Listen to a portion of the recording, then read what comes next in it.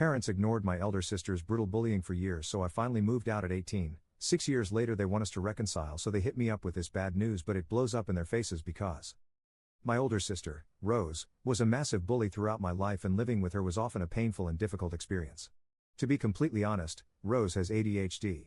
Her constant hyperactivity and aggressiveness made her an extremely challenging person to share a home with, especially during our childhood. When I was born, Rose was already 5 years old, and her reaction to my arrival was far from warm or welcoming. From the start, she struggled with the attention I received from our parents. Now, it's not uncommon for older siblings to feel jealous or displaced by a new baby, but Rose's feelings ran particularly deep. She would throw full-blown tantrums whenever my parents spent any time with me, as though my mere existence was an offense to her. All I remember throughout my childhood was my sister stealing all my toys. She would snatch them away without a second thought. Birthdays, which should have been joyous occasions for me, became scenes of chaos. Rose would scream, cry, and make a dramatic scene, completely overshadowing my celebration. Instead of feeling special on my special day, I often felt humiliated about my sister's behavior. As I began to grow older, Rose's behavior became even more targeted. She started to take her frustrations out on me physically. Sometimes she would push me out of her way even when there was no real need to do so. Other times, she would bite me, an action that felt deliberately hurtful and mean for no reason. It was clear that her disdain for me wasn't just a passing phase. It felt like she resented me deeply for taking the spotlight and disrupting the dynamic she had with our parents before I came along. Rose never had any friends. My parents, in their efforts to make her feel around. Playdates that should have been fun turned into tense, unpleasant encounters where I constantly had to mediate or apologize for her behavior. Over the years, I couldn't help but feel a deep sense of resentment towards my sister. I couldn't understand why she wasn't like other people or why she couldn't control her emotions. Also, she didn't seem to like me very much and would often pick fights with me. Living with her was confusing and hurtful. I longed for a sister who would protect me, not one who constantly tormented me or made me feel unwanted. What made everything worse was my parents' lack of compassion towards me. They absolutely adored Rose, and it felt like they were completely blind to how her bullying was affecting me. Every time I tried to voice my frustrations or explain how much her behavior hurt me, they would brush it off. They'd explain to me that Rose was a special kid and needed my understanding and patience at all times. Even though I was younger than her, I was the one expected to accommodate her needs and moods, even when it came at the expense of my own happiness. I remember when I turned 13, I spent days begging my parents, trying to convince them to make it a special trip just for the three of us. After a lot of pleading and negotiating, they finally agreed. The plan was set. Rose would stay with our grandparents for 3 days and I'd finally have my moment. But when Rose found out, she threw a massive fit, crying inconsolably for hours, yelling, throwing things, and even getting in my face, screaming threats like she would kill me for trying to take our parents away from her. Honestly, it was terrifying and overwhelming to see her anger directed at me with such intensity. My parents, instead of standing up for me, began pleading with me to let Rose come along with us. They tried to reason with me, saying it was the only way to calm her down. I resisted at first, knowing deep down that if she came, the trip I had dreamed of would be ruined. But with Rose raging uncontrollably and my parents desperate, I felt I had no choice but to give in. Once again, her behavior dictated the outcome and I was left to accommodate her. As I feared, bringing Rose turned the trip into another disaster. From the moment we arrived at Disneyland, she refused to enjoy anything like other normal kids. She wouldn't sit on any of the rides and was glued to my mother's side the entire time. She constantly complained about feeling overwhelmed by the crowds and how much she hated everything. Her screams and cries quickly became the focus of everyone's attention, drowning out the excitement I had been holding on to for weeks. Within just 2 hours, Rose was pleading with my parents to take us back to the hotel, completely unraveling what should have been a magical day. In the end, my parents had to split up to make the situation somewhat manageable. My mother drove Rose back to the hotel while my father stayed with me so I could at least try to salvage what was left of the day. While I appreciated my dad's effort, the entire experience felt ruined. Instead of the joyful and carefree celebration I had imagined, my birthday was once again marked by Rose's needs and tantrums taking precedence. I know my parents truly did their best with the cards they were dealt with, but it was painfully obvious that my sister's needs and priorities always came before mine. Rose demanded their attention 247, and no matter what I did, I was always an afterthought. While they believed they were doing what was right to help Rose, it often left me feeling invisible, like my needs and feelings didn't matter compared to her. By the time I turned 17, I had reached my breaking point with my sister's constant bullying and my parents' constant ignorance. I started dreaming of freedom, of finally living a life where I wasn't overshadowed by my sister's needs or my parents' expectations. I began applying to colleges, deliberately focusing on ones far away from home. When my parents found out about my plans, they were furious. They didn't understand, or perhaps refused to see, why I felt the need to leave. They urged and practically begged me to stay in our hometown. They argued that Rose needed me, that I was her sibling and had a responsibility to be there for her. I argued that I did not care about Rose and that I would continue applying to faraway colleges no matter what they felt. This is when my parents revealed that the real reason they wanted me to stay was because of their plan. After their retirement, they intended to travel and enjoy their lives while they expected me to take over a 100% responsibility for Rose. They told me how they had been sacrificing their life for years so it would eventually be my time to step up. First of all, I had never been consulted about my parents' long-term plan, nor had I ever given them any reason to believe I'd be willing to take responsibility for my sister. Secondly, I had no intention of becoming her caretaker. I wasn't her parent and I felt it was unfair and unreasonable for them to expect that from me, so I expressed this to them as clearly as I could. I suggested that they could still enjoy their retirement and go on cruise trips without my sister if they made other arrangements such as hiring a full-time caretaker or teaching Rose to be more independent, at least for a few days at a time. My mom argued back that Rose would never be comfortable with a caretaker and insisted that she required 24/7 monitoring, which could only be done by a family member, meaning me. My dad agreed, going as far as to call me selfish for not agreeing to their ridiculous plan. Their comment stung deeply. As if that wasn't enough, my dad then revealed that the whole reason they even had me, their second child, was so that I could eventually grow up and take care of Rose in the future. I froze. My mind reeled as the weight of that revelation settled over me.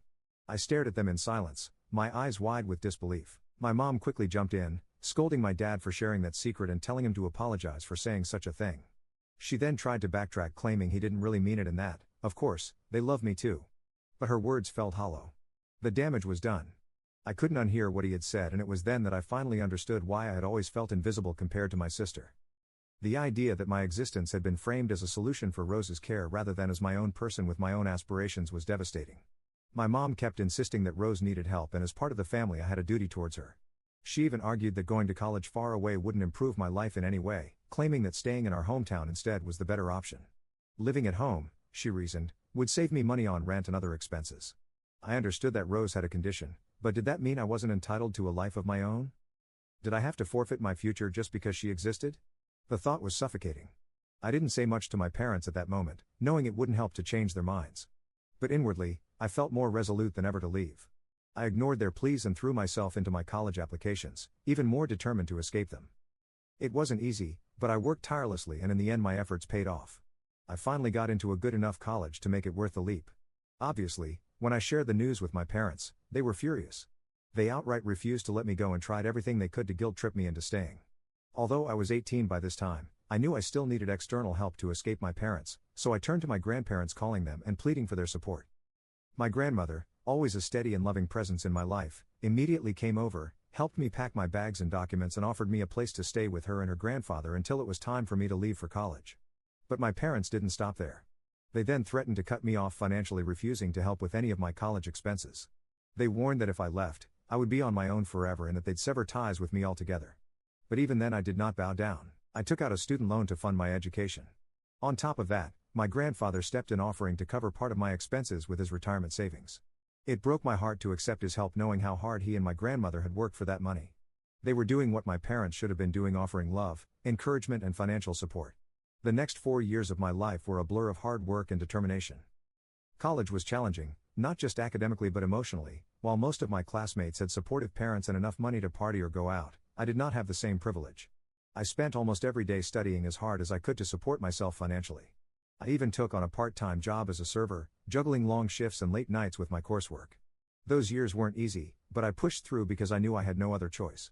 Meanwhile, my parents never reached out to me, not even once, to see how I was doing or if I needed any help. The silence from them was deafening. Sometimes I questioned my worth, wondering if I truly deserved to be abandoned like this by the very people who were supposed to love me unconditionally.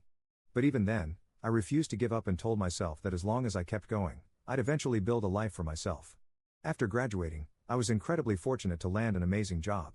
It was the opportunity I had been working so hard for, and it felt like the first real reward for all the sacrifices I had made over the years. With this job, I was finally able to begin paying off my student loans. More importantly, I started repaying the money my grandfather had given me to help me when my parents wouldn't. He had never expected me to pay him back. It was a gift of love, not a loan. But it mattered deeply to me to ease his burden, to show him that his faith in me had not been misplaced. I continue to have a close, loving relationship with my grandparents. Whenever I can, I book tickets for them to visit me, making sure they know how much I appreciate everything they've done for me. This year, I began hearing troubling stories about my sister from my grandparents. It seems Rose's behavior has escalated over the years. And since I was not her target anymore, she had turned her bullying towards other people. This year, she has started bullying neighborhood kids living in the locality. Apparently, she had been throwing water at the kids whenever they would play outside and trying to intimidate them by yelling that they weren't allowed to play in her area. Unsurprisingly, the kids' parents had become concerned and had complained to my parents multiple times, pleading with them to address Rose's behavior and keep her away from their children. But as usual, my parents didn't take effective action. They assumed Rose would eventually get bored and leave them alone. However, Rose continued her antics and the situation boiled over when one of the parents, fed up with her constant bullying, called the police on her. When the police arrived, they saw Rose throwing water at one of the kids and yelling at her to run for her life. Immediately, Rose was arrested for harassing minor children. My parents protested, but the police scolded them as well for not keeping Rose in check. While this news has shocked some in the family, it doesn't surprise me at all. I had seen her behavior unchecked for years, knowing full well that my parents were more interested in making excuses for her than holding her accountable. Still, the fault of my sister facing legal trouble was a harsh reminder of just how troubling her behavior had become. My parents had ended up bailing her out, but now Rose is facing an upcoming court case. This week, I received a call from my parents which completely caught me off guard. After 6 years of silence, it felt surreal to see their number pop up on my phone. My dad told me how he and my mom were at their wits' end dealing with my sister. He said they wanted to reconcile with me, claiming they'd missed me for years but had been too angry and stubborn about my decision to leave for college, so they had not contacted me. It was like he was trying to rewrite the narrative, glossing over years of hurt and abandonment with a half-hearted apology. I could already feel that he and mom had definitely called me because they needed something, so I asked them to just spit it out. This is when dad went on to explain that with my sister's impending court case, they were finally beginning to see the truth, that maybe I had been right all along about my sister. My dad admitted, albeit reluctantly, that my sister was in fact a bully. She had become worse over the years since I was gone and had been getting into more and more trouble. Dad told me how him and mom had talked and now they felt sorry for everything I had gone through and admitted that they should have listened to me more. He told me that they were now finally willing to send Rose to therapy so she could get the help she clearly needed. Hearing those words from him felt almost surreal, especially when I had spent so much of my childhood begging him and mom to take action against my sister only to be dismissed or told to understand Rose's behavior. Dad continued to say they wanted to meet with me and apologize in person if I was willing to listen. This is when I told my dad as calmly as I could that while I was glad to see them finally give my sister the help she needed, the truth was I just didn't care anymore. Too much time had passed without them even bothering to contact me. And over the years, I had come to terms with their absence and built a life that no longer included them. I wasn't willing to ever reconcile with them now. My dad then tried to push back, urging me to reconsider, if I don't reconcile with my family, especially after the way they have treated me for years. Update 1. To clarify a few things because I can't reply to everyone in the comments for anyone asking, no, my sister was never bullied. She went to a special school designed for kids with needs like her and it was a very small, well-monitored environment. The school only allowed a handful of special needs students and they were kept watch on at all times throughout the day. Her teachers were great and took excellent care of her and my parents were always involved in her life, checking in on her regularly. There's no way my sister was somehow bullied at school, and that is why she took out her anger on me. The truth is her problems were never about external factors. They were about how she was allowed to behave at home. She was mean to me constantly and my parents let her get away with it. If she bit me, slapped me, or shoved me, she faced no repercussions about it. Meanwhile, I was always expected to pacify her or be more understanding about her behavior. As for why Rose was never sent to therapy, the simple truth is that therapy has always been too expensive for my parents to even think about. And on top of that, my mom has always had this possessive attitude when it came to Rose. She never allowed her to spend much time with anyone but her as she believed that only she understood all her needs. As a result, Rose is overly dependent on my mom and she is the one who makes any decisions regarding her. Anyways, now that I have gone through all the comments under my post, it's clear to me now why my parents are reaching out after all this time. The answer is obvious: they probably need my help with my sister's upcoming case.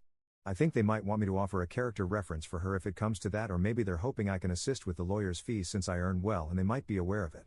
I know after all these years it cannot just be about reconnecting. It feels more about their desperation to fix things, especially with the legal trouble Rose is facing. They need someone to back her up and I suspect they think I can be that person. I'm sure they want me to just step in and be the good son who helps them fix their mess, but I am not going to be doing that. Update 2. For everyone asking how my grandparents feel about my parents wanting to reconnect with me, they're not exactly thrilled about it. Over the years, they don't really talk much with my parents, especially after everything that happened when I was kicked out and wanted to go to college. Since then, the relationship between them has been strained and they've mostly kept their distance. The only reason my grandparents have stayed in contact with my parents at all is because they have to sometimes help out with Rose, whether it's babysitting or taking care of her when my parents need assistance. My grandparents know exactly what Rose is like. They've seen it firsthand, her bullying, her behavior, and they're disappointed in how my parents have handled everything over the years. They've always been supportive of me, but when it comes to Rose, they've never been blind to her actions or excused them. So with my parents now wanting to mend things and reconnect with me, my grandparents have made it clear that they understand my hesitation. They've asked me to be cautious. They know how hurt I have been because of my parents and they don't want me to rush into something that might end up being more painful also. Also, my parents have continued to send me messages this week.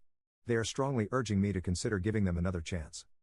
They keep emphasizing how much they regret the way things have been between us and how they've realized they made mistakes. As a result, I feel torn, to be honest. Update 3. Okay. So my suspicions were right about my parents. Today, I finally agreed to a video call with my parents after they had been asking me for weeks. It had been such a long time since we'd last seen each other and honestly, I was feeling a mix of emotions leading up to the call. When I finally saw them on the screen, I couldn't help but notice how different they looked. They appeared much older than I remembered, tired, worn out even. It broke my heart a little seeing them that way. Despite the emotions swirling inside me, I tried to keep myself composed. We talked about their lives, about how things had been for them, and then I told them a little about my work. We discussed my grandparents catching up on the little things that had happened in our family. Our conversation felt almost normal, like no time had passed since I had last seen them. My parents also apologized to me again. They seemed almost desperate in their words, asking me to come visit them, promising they'd been thinking about me. But at that moment, I couldn't hold back any longer. I asked them outright, why now? After all, if they had really missed me, wouldn't they have reached out sooner? During college when I was away and actually needed their support, they hadn't made any effort to stay in touch. So what was different now?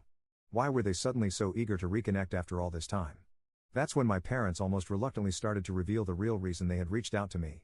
They explained that they were in desperate need of financial help to take care of my sister Rose. My dad told me that over the years they had spent almost all of their savings on Rose's constant medical treatments. The costs had drained them.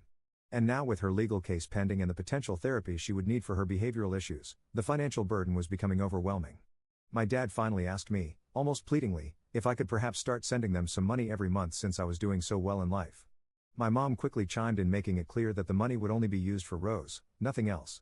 I shook my head in response, feeling a knot tighten in my stomach. I asked him, voice trembling with frustration, do you seriously think I would just send you my hard-earned money to spend on Rose? I was struggling to hold back my anger. No matter how much you need it, how could I possibly help you with her? She's the one who bullied me all those years. She's the one who made my life hell. She's the one who ruined every single birthday celebration I ever had. My voice cracked as I continued. She's the one who never once showed any sympathy or care for me, so why would I help her now? The history between me and Rose was so painful, and now they wanted me to step in and be the financial savior for someone who had treated me with such cruelty. It didn't make sense, and I couldn't let go of the years of hurt. I didn't stop there though. All my frustration and years of bottled up resentment came rushing out. I pointed out to my parents that they had never protected me from Rose. They had never shown me any real compassion when it came to her. Instead, they just expected me to fall in line, to play along with their narrative and take care of her as if everything she did was just something I had to accept. I was a child and I needed their protection, but they had failed me multiple times. I pointed out that even though Rose has ADHD, it doesn't mean she shouldn't be held accountable for her actions. Now that she's a grown woman, I blame my parents and made it clear that if they had actually gotten her proper help back when she was younger, maybe things would have been different today. Maybe she would have turned out to be a better person, someone capable of understanding the hurt she sometimes causes to other people, but they hadn't. They had let her get away with so much that she ended up getting arrested for harassing young children. Even after this, they were asking me to step in and help her as if I wasn't her first victim. My parents tried to argue back, but I told them that although I appreciated their apology, it didn't mean that I was going to just forgive and forget everything that had happened. Hearing this, my parents backed down. They told me that regardless of whether or not I could help them financially, they still wanted to continue working on our relationship. Mom told me that she wished she and Dad had made different choices back then, but since they couldn't change the past, they wanted to be there for me in any way that they could from now on. On one hand, I appreciated their willingness to move forward, but on the other, I wasn't sure I was ready to let go of all the pain that had been there for so long. I asked them for some time to think. Update 4. Sorry. It's been a month since my last update. My sister has been ordered to attend court-mandated counseling, which I suppose is a step in the right direction. My parents also had to pay a hefty fine because of what Rose did to harass those kids. I honestly thought my sister's punishment would be more severe, but I guess the judge showed some leniency since this was Rose's first official offense. On top of everything, some of the parents of the children involved have taken out a restraining order against my sister. Now Rose is legally required to stay far, far away from all their kids. If she violates that order, she'll be arrested. Now coming on to my parents, Since that conversation where I refused to offer any financial help to them, they haven't brought it up again. We have continued to talk, but it's only about small trivial things. I guess they really meant their words and they're just trying to mend their relationship with me. Although I'm happy to be somewhat present in their lives again, I'm not ready to dive back into a full relationship with my family, especially not with Rose. I think I will never forgive her no matter how much time passes. The things she did to me, bullying me, making my life miserable for so many years, are things that can't just be erased. I hope with counseling, she finally begins to hold herself accountable for her actions. Honestly, I'm not sure how long that will take or if it'll ever happen.